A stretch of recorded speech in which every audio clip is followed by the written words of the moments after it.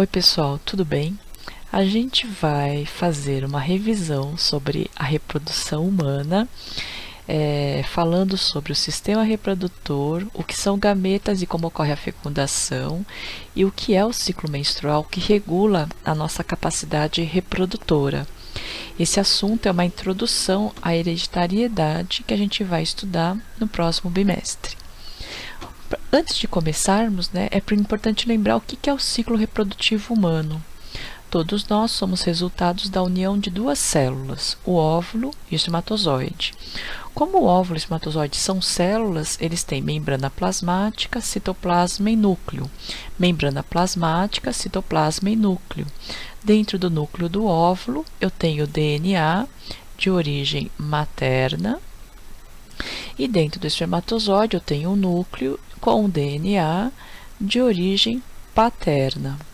Essas duas células elas se juntam no processo de fecundação para formar uma célula única que todos nós fomos por mais ou menos 3 minutos.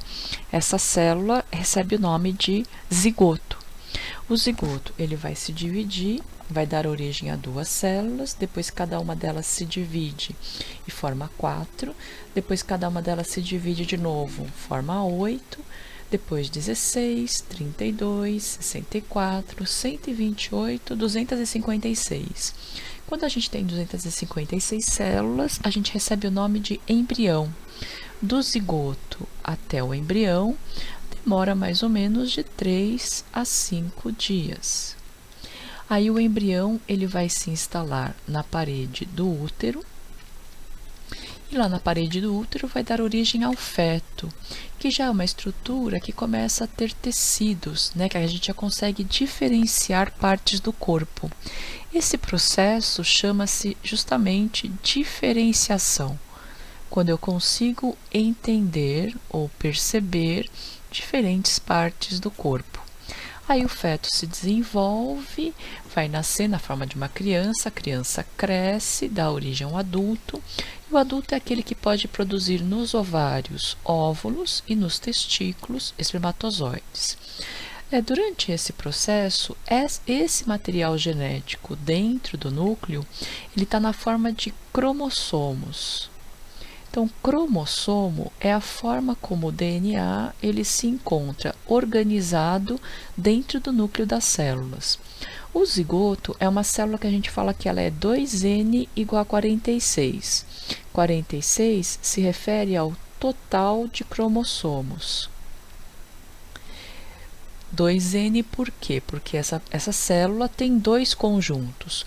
Um conjunto que veio do óvulo e outro conjunto que veio do espermatozoide. Então, aqui dentro desse núcleo, eu tenho um total de 46 cromossomos, 46 moléculas de DNA. Esse valor ele vai se mantendo o mesmo para formar o embrião. Então, cada célula do embrião também é 2N igual a 46. Cada célula do feto também é 2N igual a 46. Cada célula do adulto também é 2N igual a 46. Ou seja, as células do testículo também são 2N igual a 46, assim como as células do ovário também são 2N igual a 46. Agora, quando ocorre a fecundação e o núcleo do óvulo se junta com o núcleo do espermatozoide, esses dois núcleos não podem ter 46, eles têm metade do número de cromossomos.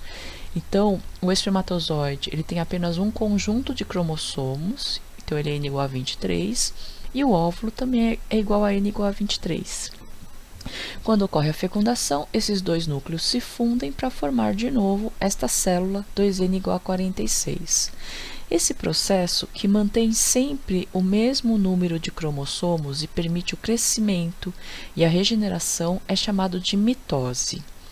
Nos ovários e nos testículos, acontece um outro processo que diminui o número de cromossomos, de 46 passa para 23. Esse processo é chamado de meiose. E a gente diz que na espécie humana, a meiose é o processo para a formação de gametas. Quem são os gametas? Os gametas são o óvulo e o espermatozoide. No caso do óvulo, que é um gameta, ele é formado nos ovários. Então, só para a gente se lembrar, como é que o aparelho reprodutor interno feminino. Eu tenho aqui, estaria embaixo aqui a vagina, aliás, a abertura da vagina, a vagina, o colo do útero, que é a entrada do útero, o útero propriamente dito, e aqui as tubas uterinas. As tubas uterinas estão ligadas aos ovários. Os ovários são estruturas que têm vasos sanguíneos e milhares de células lá dentro. Essas células são chamadas de folículos. Os folículos, quando a menina entra na puberdade, né, e tem a primeira menstruação, eles começam a crescer um de cada vez a cada ciclo, que é o ciclo menstrual. Esse folículo, ele cresce e à medida que ele cresce, esta célula que está aqui dentro, ela vai amadurecendo. Ela recebe o nome de ovócito. Quando o ovócito ele está maduro e o folículo cresceu bastante, o ovócito é liberado e aí nós chamamos essa célula de óvulo. Esse folículo rompido, ele vai depois formar uma cicatriz no ovário, que é chamado de corpo lúteo ou corpo amarelo. Esse corpo lúteo, ele ajuda a manter a gestação nas primeiras semanas depois da fecundação. A vulva é a parte externa do aparelho reprodutor feminino. Então, eu tenho aqui, olha, os pelos pubianos, os grandes lábios, os pequenos lábios, aqui o clitóris, a uretra, por onde sai a urina, a abertura vaginal e o ânus que estaria mais ou menos aqui.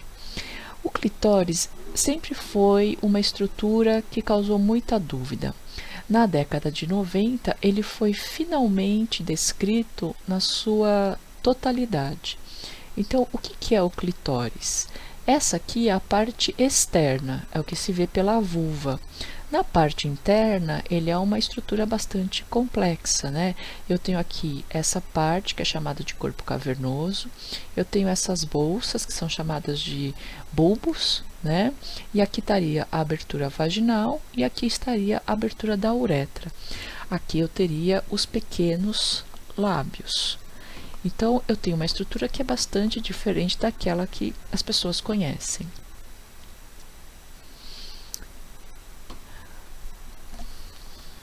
Quando a gente tem um feto se desenvolvendo, é difícil saber o sexo da criança antes do 5º mês de gestação. Por quê? Pênis e clitóris têm a mesma origem embrionária. Então, o mesmo tecido que forma a glande do pênis forma a glande do clitóris. Esse corpo cavernoso forma o corpo do pênis e o corpo do clitóris também. Esse tecido chamado corpo esponjoso é ele que permite a ereção do pênis e ele vai dar origem ao bulbo do vestíbulo, né, que também se enche de sangue durante a estimulação sexual. E aí eu tenho essas estruturas, né, que são chamadas de aberturas, mas que também fazem parte dessas estruturas reprodutoras.